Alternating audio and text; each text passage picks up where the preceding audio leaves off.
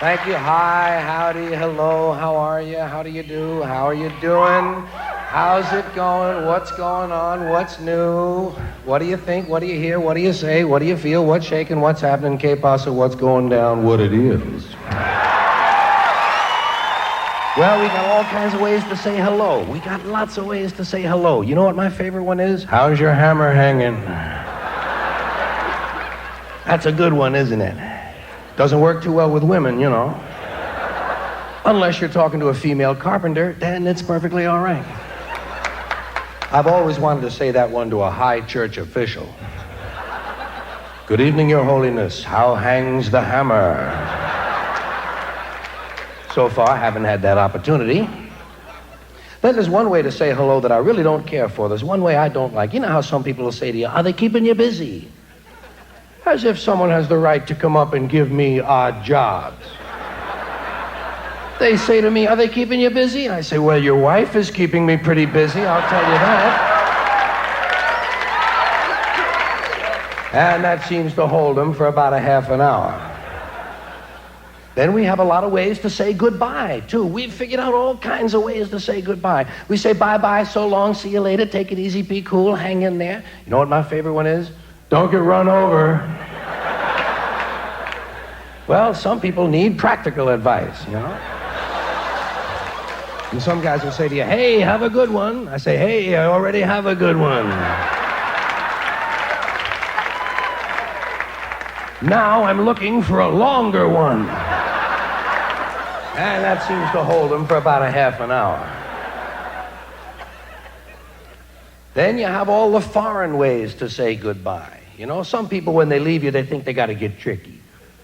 And they'll whip an arrivederci on you. Or an au revoir, or auf Wiedersehen, or adios. Or the American version of that one, adios, motherfucker. Or aloha. That's a nice one, isn't it? Aloha. They say that in Hawaii, of course, and that means hello and goodbye. Which just goes to show if you spend enough time in the sun, you don't know whether you're coming or going.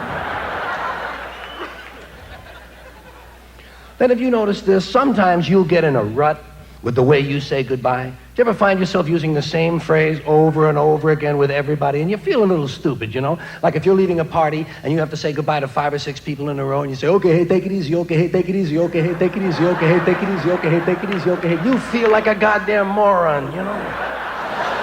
So you know what I do? Every month, I change the way I say goodbye. Whether I need to or not, every month, I start using a different phrase.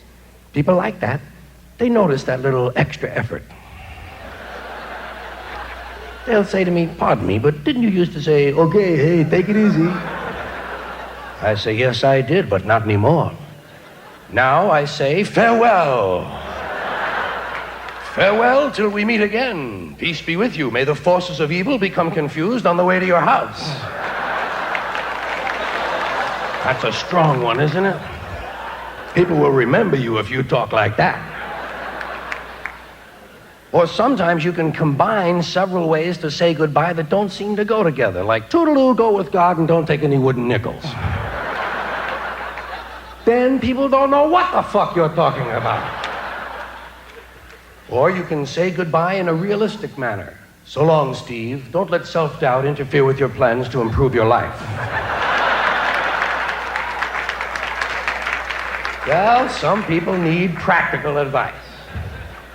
Now, here's a situation you run into all the time. You notice how when you're leaving someone, a lot of times they'll give you a message to give to someone else. Like they say, give my love to Klaus. Tell Klaus Rebecca sends her love. Do you mind that? Do you mind being used that way? Do you mind the awesome responsibility of having to carry Rebecca's love to Klaus?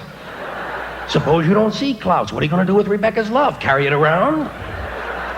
Give it to someone else, maybe. Wilhelm, I can't find Klaus. Here's some of Rebecca's love. Suppose Wilhelm doesn't know Rebecca. Can he legally accept her love? Especially when it was originally intended for Klaus.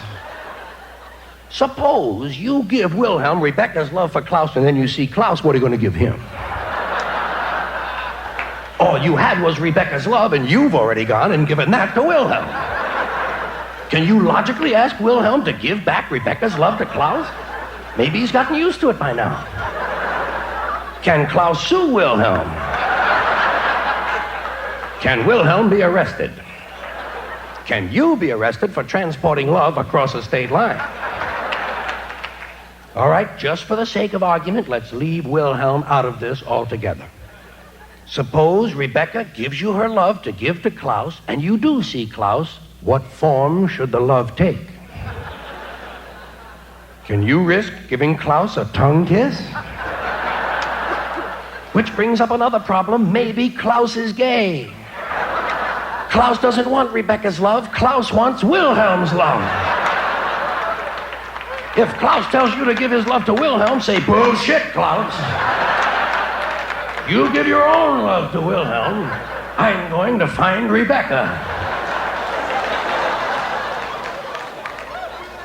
One final little portion of this.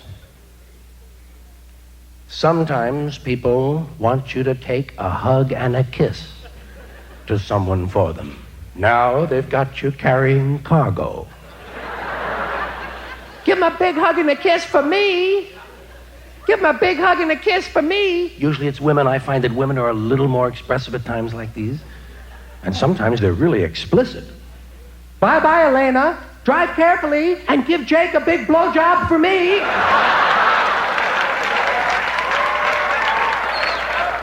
Well, why don't you get Klaus to take care of that for you?